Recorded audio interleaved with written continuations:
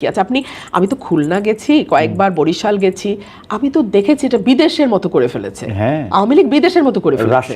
রাজশাহী আল্লাহ দেখার মতো। খালেদ ভাই, আপনার রাজনীতিটা কি হবে আসলে? আপনি কি আওয়ামী লীগের রাজনীতি করবেন, জামাত ইসলামের রাজনীতি বা ধর্মের রাজনীতি করবেন? মানে এটা কি আপনি ঠিক করছেন? রাজনীতি করব। সেটা কিরকম, সেটা কি আপনি ভাবছেন? হ্যাঁ, ভেবেছি। আচ্ছা, জাতীয়তাবাদ তো ডেফিনেটলি, এটা তো আমার পরিচয়।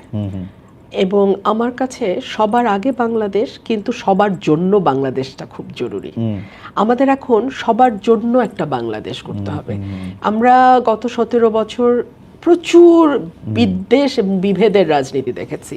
Divide and rule, divide and rule, divide on the basis of মুক্তিযুদ্ধের চেতনা, divide on the basis of কোন এলাকা। এত ডিভাইডেশন আর বাংলাদেশ নিতে পারবে না। ছোট দেশ, ঘনবসতি, সবার জন্য বাংলাদেশ খুব জরুরি। এক, দুই হচ্ছে welfare politics. Welfare politics difficult বলেই মানুষ কিন্তু ওয়েলফেয়ার পলিটিক্সের যে আইডেন্টিটি পলিটিক্সটা বেশি পছন্দ করে, বেশি চলে, বিশেষ করে আমাদের মতন দেশে, সাবকন্টিনেন্টে। হ্যাঁ, ধর্মের কার্ড বেশি চলে, জাতীয়তাবাদের কার্ড বেশি চলে। কিন্তু আমার মনে হয় যে ওয়েলফেয়ার পলিটিক্সটা নিয়ে কথা বলার খুব জরুরি সময় এটা। এবং আমি ওয়েলফেয়ার পলিটিক্সটা আমি আমার ছোট্ট কনস্টিটুয়েন্সি দিয়ে শুরু করব, এবং আমি এই কঠিন পলিটিক্সটাকেই আমি নার্চার করব, নারিশ করব, এবং এটাকেই আমি স্টাবলিশ করব। এটা জানতে চাইবো যে ফ্যামিলি কার্ড বা সোশ্যাল সেফটি নেট হিসাবে বিএনপি একটা কিছু তো উদ্যোগ নিয়েছে। কেউ কেউ বলছে, মানে আজকে কোথা জানি দেখলাম যে ঈদের আগেও কিছু ফ্যামিলি কার্ডের ব্যাপারে, এইটা আপনার কাছে একটা প্রজেক্ট হিসেবে বা ইয়ে হিসেবে কতটা? নিঃসন্দেহে ভালো উদ্যোগ, কিন্তু কয়েকটা প্রশ্ন থেকে যায়। এক হচ্ছে আমাদের অলরেডি বিধবা ভাতা, বয়স্ক ভাতা, প্রতিবন্ধী ভাতা ব্যবস্থা চালু আছে। এখন এই ফ্যামিলি কার্ডের পাশাপাশি ওটাও চলবে কিনা, নাকি ফ্যামিলি কার্ড হলে ওটা আর পাবে না? আচ্ছা, এক। দুই হলো ফ্যামিলি থাকলেই ফ্যামিলি কার্ড পাবে, এটা একমাত্র ক্রাইটেরিয়া। তাহলে যেই ভদ্রমহিলা বিধবা, নিঃসন্তান, একা থাকেন, বয়স্ক, তিনি তার কার্ডটা আসলে কিভাবে, কোন ক্রাইটেরিয়াতে পাবেন, এই বিষয়টা বড় স্পষ্টতা রয়েছে, এবং একটা হিউজ প্রায় 1 লক্ষ কোটি টাকা, কতগুলো কার্ড দিলে যেন আজকে সিপিডি গতকালকে বলছিল, আমি শুনছিলাম, মানে হিউজ একটা বার্ডেন আসতেছে সরকারের উপরে। আমাদের এই অর্থনীতির অবস্থার মধ্যে এটা আমরা নিতে পারবো কিনা, এবং যেহেতু ফ্যামিলি কার্ডের সঙ্গে অর্থনীতি সরাসরি যুক্ত, আজকেই আমি খবরে দেখছিলাম প্রতিটা নিত্য পণ্যের দাম বেশ অনেকখানি বেড়ে গেছে রমজানের প্রথম দিনে। আমি জানি সরকার মাত্র গতকাল বা পরশু গভর্নমেন্ট ফর্ম হয়েছে, এত তাড়াতাড়ি বাজার নিয়ন্ত্রণ কোনোভাবেই সম্ভব না। হ্যাঁ, আসার পরপরই রোজা। কিন্তু আমার মনে হয় যে এখন আমার মনে হয় ওই দিকে সরকারের পুরো ফোকাসটা দেওয়া উচিত। মানুষের কিন্তু আসলেই হাতে মানে অর্থ নাই, মানুষ বাজারে যাচ্ছে, এবং আমি আজকে বলতে শুনলাম একজনকে যে আমি একটা লেবু কিনে এসেছি। সো মানুষ কিন্তু ভালো নাই, স্বস্তিতে নাই। কিন্তু আমি একটা রেগুলার জিনিস আসলে একটু বুঝতে চাই যে একজন প্রশ্ন করতেছেন, যে আমাকে প্রশ্ন করতেছেন যে আপনারা দুজনই স্পষ্টবাদী, কিন্তু সরকার সমালোচনা করবেন। সরকারের সমালোচনা তো, মানে আমি ক্ষমতাকে প্রশ্নই করতে চাই, ক্ষমতাকে নানা ধরনের ভাবে আমি এটা হয়তো করবো, রুমিন তো আরো বেশি করে নিশ্চয়ই করবেন। কিন্তু আমি একটু ডেভিলস অ্যাডভোকেট হিসেবে বলি, রমজান মাসে যেভাবে আমাদের ডেইলি ইনটেক আমরা বাড়াই, সেই ক্ষেত্রে প্রডিউস তো আর ওরকম বাড়ে না। বাজারে যদি এরকম চাহিদার চাপ থাকে, তাহলে তো আপনার লেবু একটাই কেনার কথা, তাই না? মানে এটা আসলে কি, মানে এটার সমাধান কি? এটার সমাধান কি? অ্যাবসলিউটলি ডিমান্ড সাপ্লাইয়ের একটা ব্যাপার তো ইকোনমিক্সে আসবেই, কিন্তু সেই সাথে আমাদের ঘাটে ঘাটে ঘাটে ঘাটে যেভাবে একটা চাঁদার প্রচলন আছে, হ্যাঁ, আপনি যদি ওটা বন্ধ করতে পারেন, এখানে আবার স্বরাষ্ট্রের দায়িত্ব চলে আসতেছে, ওটা যদি আপনি নিয়ন্ত্রণ করতে পারেন খালেদ ভাই, তাহলে হয়তো লেবুর দাম 2 টাকা বাড়তো, 20 টাকা না। এখন ওই রমজানকে মাথায় রেখে ঈদ সামনে, সবার আবার ওই চাঁদাও দ্বিগুণ দিতে হয়, বুঝছেন? তো সব কিছুর অ্যাকুমুলেট করে সেটা গিয়ে দাঁড়ায় ভোক্তার কাঁধে। সো কোনোটাই বিচ্ছিন্ন না। আরেকটা কথা খুব প্রচলিত, এটা আমাদের একজন দর্শক একটা প্রশ্ন করছেন, দর্শকের প্রশ্ন নিয়ে বলতেছি, মুগ্ধ বিশ্বাস অনেকে একটা কথা বলতেছেন যে আগের সরকারের কেউ কেউ এমন কাজ করেছে যে তাদের বিচারের মুখোমুখি হওয়া উচিত। ব্যারিস্টার রুমিন ফারহানা সম্পর্কে কি বলেন? প্রপার ইনভেস্টিগেশন যদি হয়, যদি সত্যিকারই সেরকম কোনো অনৈতিক দুর্নীতি বা অন্য কোনো স্খলনের প্রমাণ পাওয়া যায়, কেন নয়? বিচারের ঊর্ধ্বে তো আসলে কেউ না, কেউ বিচারের ঊর্ধ্বে না। আপনি ধরেন একটা ফর এক্সাম্পল, এই গত 17 মাসে মব কয়টা হয়েছে বলেন তো? আমি তো আসলে হিসাব রাখতে রাখতে আমি আর হিসাব রাখতে পারি নাই। হ্যাঁ, মাজার ভাঙা গুনতে গুনতে আমি আর এক পর্যায়ে I was lost. Absolutely absolutely. হ্যাঁ, আর 360 দিনে 365টা, এটা মুখস্থ আমার বলছিলাম বলে মনে আছে, কিন্তু 360 দিন তো না, 365 দিন তো না, এটা তো আরো 6 মাস লিঙ্গার করছে। আমার কয়টা মাজার ভাঙা হয়েছে আমি জানি না। এগুলার কি বিচার হবে না, হওয়া উচিত না খালেদ ভাই? মাজার ভাঙা হয়েছে মানে কার জানি সম্মান ঠিক রাখার জন্য আপনি কবর থেকে লোকটাকে নামায়ে আপনি তাকে পুরাই দিচ্ছেন, এবং সেটা আপনি ফেসবুক লাইভ করছেন, সেইটার মধ্যে থেকে আপনি আসলে ভিডিও করে বাজারে ছাড়ছেন। কার কার জানি আপনি সম্মান রক্ষা করছেন, কার কোন মানে কি বলে কোন স্পিরিট রক্ষার জন্য আপনি গিয়ে 2টা বিল্ডিংয়ে আগুন লাগাই দিচ্ছেন, সেটা 2টা পত্রিকা, যে আপনি এটা হচ্ছে আপনার জুলাই স্পিরিট। আপনি মানে এইগুলি তো আসলে আমি জানি না, মানে এগুলি যারা করছে, যারা উস্কাইছে। এবং তবে আমি মনে করি, এই আপনার মত তো আমি জানতে চাওয়ার আগে আমি একটু মনে করি যে আমি কিন্তু সবসময় মনে করি যে আমার রাইট প্রোটেক্ট করাটা অত একটা বড় ব্যাপার না। এটা যে কোনো প্রাণীর একটা ইনস্টিংক্ট। আমি আমার রাইট প্রোটেক্ট করতে পারি। আমি যতক্ষণ পর্যন্ত আমার বিরুদ্ধ মতের পক্ষে রাইট প্রোটেক্ট করার উদ্যোগ নিতেছি, ততক্ষণ পর্যন্ত আমি হচ্ছে একটু গণতান্ত্রিক। এইটা কি বাংলাদেশে বাংলাদেশের মানুষ কি কখনো বুঝবে যে আমার প্রতিপক্ষের রাইট আমার প্রোটেক্ট করতে হয়? তাহলে বাংলাদেশ এটা কি কোনোদিন মানুষ বুঝবে? এটা না, আমি এটাকে অন্যভাবে বলি। আমাকে একজন প্রশ্ন করেছিল যে আপনি এখন আওয়ামী লীগের ব্যাপারে তো বেশ সফট, এই আপনি একটু আগে বললেন সফট কেন? আমি একটা কথা বলি, আমার প্রতিপক্ষের হাত থেকে যখন তলোয়ারটা পড়ে যায় তখন তার প্রোটেকশন দেওয়ার নৈতিক দায়িত্ব আমার। আমি আমার তলোয়ার দিয়ে তাকে আঘাত করতে পারি না, ওটা বীরের কাজ না, ওটা কাপুরুষের কাজ। অ্যাবসলিউটলি। সুতরাং এখন আওয়ামী লীগের সমস্ত অধিকার রক্ষা যদি আমি করতে পারি, আমরা করতে পারি, এই সরকার করতে পারে, সেখানেই ডিফারেন্সটা হবে আপনার সাথে আগের সরকারের। এবং এই যে মাইনরিটির প্রোটেকশন নিয়ে আমি একটু বলতেছিলাম যে দীপু দাসকে উনাকে পুরায় মাইরা ফেলা হইলো, উনাকে পুরায় মাইরা ফেলা সম্ভব হইলো উনাকে হচ্ছে মানে যেহেতু উনি মুসলমান না, কোনো কিছু একটা বইলা ট্যাগ দিয়া। এইটা আপনার কি মনে হয়, এটা আমরা বন্ধ হইতে দেখবো? আমরা যে যারা সংখ্যায় কম তাদেরকে আমরা প্রোটেক্ট করতে পারবো? আপনার কি মনে হয় আসলে? আমাদের খুব শক্ত একজন শাসক দরকার, এবং জিয়াউর রহমান সাহেবের মতন একজন শাসক দরকার আমাদের, যিনি ব্যক্তিগত হিসাব, লোভ, লালসা, ক্ষমতা এই সকল কিছুর ঊর্ধ্বে উঠে দেশটাকে ভালোবেসে দেশটাকে ট্র্যাকে আনার চেষ্টা করবেন। এইটুকুই আমি বলতে পারি। বারবার একটা কথা বলা হয় যে আমাদের আওয়ামী লীগের সময় মানে আগের সরকারের সময় আমরা নামাজ পড়তে পারি নাই, আমাদেরকে এই করা হয়েছে। আমার কাছে তো মানে দু একটা আমি কোনো কিছু নিয়ে তর্ক করতে চাই না, কিন্তু ঘটনা হইতেছে যে আমারে কোনো কিছু করতে দেওয়া হয় নাই, এই জন্য আমি তো আরো বেশি করে এই সময় এসে করতে দিব। এইটা কি আমাদের কোনো ক্যাম্পেইন করার কোনো কিছু বোঝানোর? আপনি তো এবার হাটে মাঠে ঘাটে ঘুরলেন, আপনার কাছে কি মনে হলো এটা কি মানুষ বোঝে? মানে বাংলাদেশের যে গ্রামগুলির কথা আপনি বললেন, সেই গ্রামের মানুষেরা কি তাদের মানে অন্য ধর্মের ভাইদের বা অন্য বিশ্বাসের মানুষদের প্রোটেক্ট করে? আমি আমার এলাকায় দেখেছি একেবারে সাধারণ মানুষ কিন্তু স্বচ্ছ এবং পরিষ্কার, এবং তারা সৎ। আমার এলাকায় সন্ধ্যা হলেই নিয়মিত ওয়াজ হবে।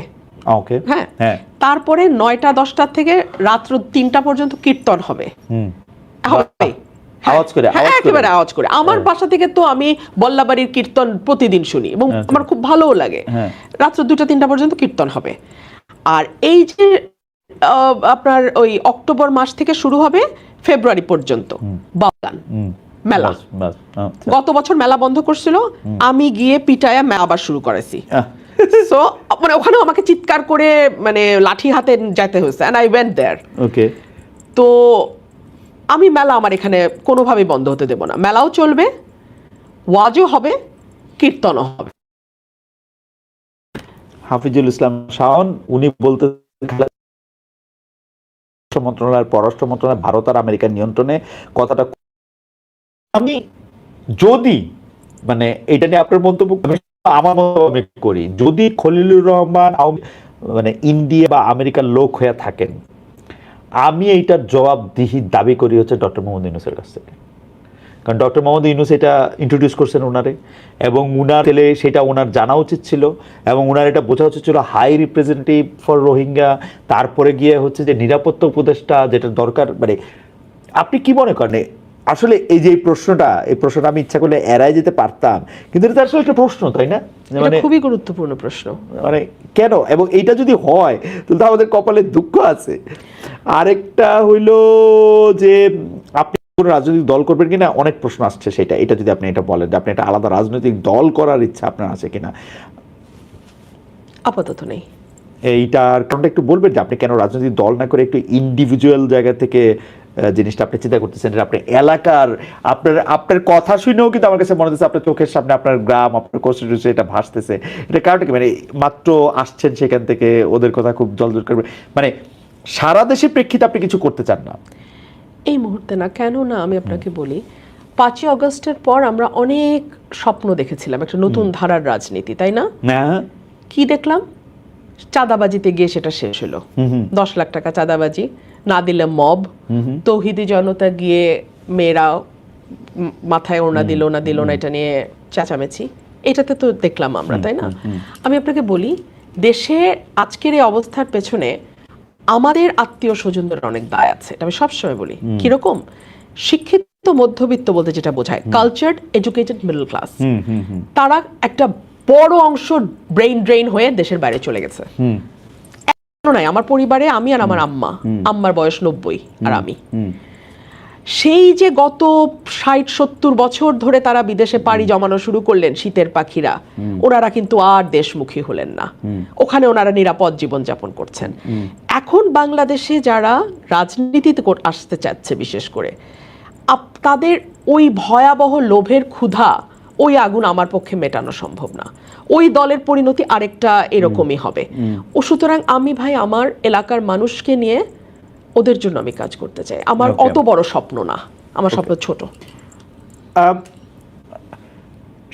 পাঠকদের প্রশ্ন থেকে এইটা একটা প্রশ্ন, এটা আমার মনেও এই প্রশ্নটা ছিল যে শিক্ষা ব্যবস্থা বা পাঠ্যক্রম, পড়ার বই যেভাবে শেখানো হইতেছে, এইটা আপনি কিরকম দেখেন? মানে এটা তো একটা মেসিভ সংস্কার হওয়া দরকার, কিন্তু আমরা দেখতেছি যে এইটা সংস্কার হওয়ার সময় এটাকে একটা পলিটিক্যাল লেন্সে দেখা হচ্ছে, মানে 2026-এর লেন্সে না, এটা যুক্তির লেন্সে না, এটা পলিটিক্যাল লেন্সে। মানে যেই সরকারের যখন যেটা তখন মানে মনে হইতেছে আমার এটার সামনে আনা দরকার, আমার এটাকে গ্লোরিফাই করা দরকার, এটাই করাচ্ছে। আপনি কি মনে করেন এর থেকে মুক্তি পাবে বাংলাদেশ? মানে এই সরকারকে এটার দিকে মনোযোগ দিবে? মানে শিক্ষামন্ত্রী একজনকে করা হয়েছে, তার সম্পর্কে সবচেয়ে বড় কথা তিনি দৌড়ায় নকল ধরতো, কিন্তু পুরো শিক্ষা ব্যবস্থা করেই করেন। মানে শিক্ষা ব্যবস্থা আপনি যেটা শিখলেন, কি শিখতেছে? পাঠ্যক্রমের অবস্থা বা আমরা যেগুলি পাঠ করতেছি তো ভয়াবহ অবস্থা। এইটা আমাদের এই সরকারকে ফেসবুক দিকে তাকিয়ে দেশ চালালে চলবে না। ওকে, হ্যাঁ, পপুলিস্ট অ্যাপ্রোচের দিকে গেলে হবে না। আমার মনে হয় দেশে এখনো শিক্ষা ব্যবস্থা নিয়ে যারা কাজ করেন, অভিজ্ঞ এক্সপার্ট আছেন, ওনাদের সঙ্গে বসে পুরো কারিকুলামটা রিভিউ করা দরকার। পুরো শিক্ষা, যেমন আমার যেহেতু বাসায় কোনো শিক্ষার্থী নাই, আমি বলতে পারবো না, কিন্তু আমার কর্মীরা অনেক সময় বলে যে আপা কিছু তো পড়ে না, সারাটা দিন ঘুমায়, কালকে নাকি পরীক্ষা, একটু মোবাইলে কি দেখে, পরদিন গিয়ে পরীক্ষা দেয়, মোবাইল ছাড়া নাকি আজকাল বাচ্চারা পড়াশোনা হয় না। সো এইভাবে তো আসলে আপনি বিশ্বমান তো দূরের কথা, আপনি তো জাতীয় মানই শুদ্ধভাবে বাংলা, ইংরেজি বাদ দিলাম, ইংরেজি হয় না, শুদ্ধভাবে বাংলায় 4টা লাইন একটা বিএ পাস করা ছেলে লিখতে পারে না। আমি লিখতে দিয়ে ধাক্কা খেয়ে আপনাকে বলতেছি না, আমি তো সাংবাদিকতা লোক হিসাবে আমার তো দেখছি যতদিন এটা লেখার ছিল, 3টা শুদ্ধ বাংলা বাক্য পরপর লিখতে পারে এরকম লোকের সঙ্গে, তাই না? কোথায় দাড়ি দেয়, কোথায় কমা দেয়, আমি কিছু বুঝি না, অর্থ দাঁড়ায় না। তো আমার মনে হয় পুরো ব্যবস্থাটা আবার আমাদের ঠান্ডাভাবে ঢেলে সাজিয়ে শুরু করতে হবে। যে ডিম ভাজি, এগুলো নিশ্চয়ই জরুরি, ডিম ভাজি জানতে হবে আপনাকে, জীবনে চলতে হলে খাওয়া দাওয়া করতে হবে, কিন্তু ওইটা যেন আপনার শিক্ষা ব্যবস্থার ফোকাস না হয়। না, আপনাকে আসলে আরো অনেকক্ষণ আগে শেষ কথা বলে তারপর দর্শকদের এটা আমি আসলে ভালো দেখতে পাচ্ছিলাম না, পরে দেখার পরে তারপর অনেকগুলি প্রসঙ্গ আপনার কাছে, কিন্তু বাংলাদেশের দর্শকদের অনেক রকম অনেক বিষয় নিয়ে আসা আছে। আপনি সারা দেশের একটা দল করবেন কিনা, আপনি বিএনপিতে আবার যোগ দিবেন কিনা, আপনার আসলে পলিটিক্যাল ভবিষ্যৎ, আপনি শিক্ষার ব্যবস্থা নিয়ে আপনি কি মনে করেন, আপনি ধর্ম ব্যবস্থা নিয়ে আপনি কি মনে করেন। আমার শেষ প্রশ্ন দর্শকদের এই প্রশ্ন থেকে এটা করা, মানে দর্শকদের প্রশ্ন থেকে শেষ প্রশ্ন সেটা হচ্ছে যে আপনি কি মনে করেন আসলে মানুষে মানুষে যেটাকে আমরা হারমোনি বা একটা এটাকে কি বলবো পারস্পরিক সৌহার্দ্যবোধ আনতে হলে আসলে কি করতে হবে? মানে আমি আর আপনি তো অবশ্যই ডিফারেন্ট, মানে আমি রংপুরের, আপনি ব্রাহ্মণবাড়িয়ার, আপনি মেয়ে আমি ছেলে, ওরকমভাবে নানাভাবেই তো আমাদের পার্থক্য করা যায়। আপনি একটা ধর্ম বিশ্বাস করতে পারেন, আমি আর একটা ধর্ম বিশ্বাস করতে পারি। এটার মধ্যে আসলে এই সৌহার্দ্যটা কেমনে হবে? মানে আমরা এতজন মানুষ মানে মিলবো কি শর্তে? আমাদের প্রথম শর্ত হচ্ছে আমরা প্রত্যেকে বাংলাদেশি, আমরা বাংলাদেশের নাগরিক। নাগরিক হিসেবে আমাদের প্রত্যেকের কিছু দায়িত্ব আছে, আবার কিছু অধিকারও আছে। আপনি আপনার অধিকার তখন পুরোপুরি বুঝে পাবেন যখন আপনি আপনার দায়িত্বটা করবেন। মানে এখানে আমি এভাবে বোঝাতে চাইছি যে প্রতিটি নাগরিক যদি তার অধিকার সম্পর্কে সচেতন হওয়ার সাথে সাথে তার দায়িত্ব সম্পর্কেও সচেতন হয়, তাহলে আমার মনে হয় আগামীর বাংলাদেশ করাটা আমাদের জন্য আরেকটু সহজতর হবে। আপনাকে অনেক ধন্যবাদ ব্যারিস্টার রুমিন ফারহানা, আজকে অনেকগুলি বিষয় নিয়ে আমাদের সাথে কথা বলেছেন। সেই বিষয়গুলির মধ্যে দর্শকদের প্রশ্ন, দর্শকদের আকাঙ্ক্ষা যেমন ছিল, রুমিন ফারহানার অভিজ্ঞতাও কিছুটা উঠে এসছে। তিনি কিভাবে এই প্রবল প্রতিপক্ষর বিরুদ্ধে এরকম একটি লড়াই করলেন। আমরা রুমিন ফারহানার আরও সাফল্য কামনা করি। যদিও রুমিন বলছেন এখন তিনি আসলে আলাদা একটা রাজনৈতিক দল করতে চান না, বিএনপির সাথে যাওয়ার ব্যাপারে এখন তার কোনো সিদ্ধান্ত নেই।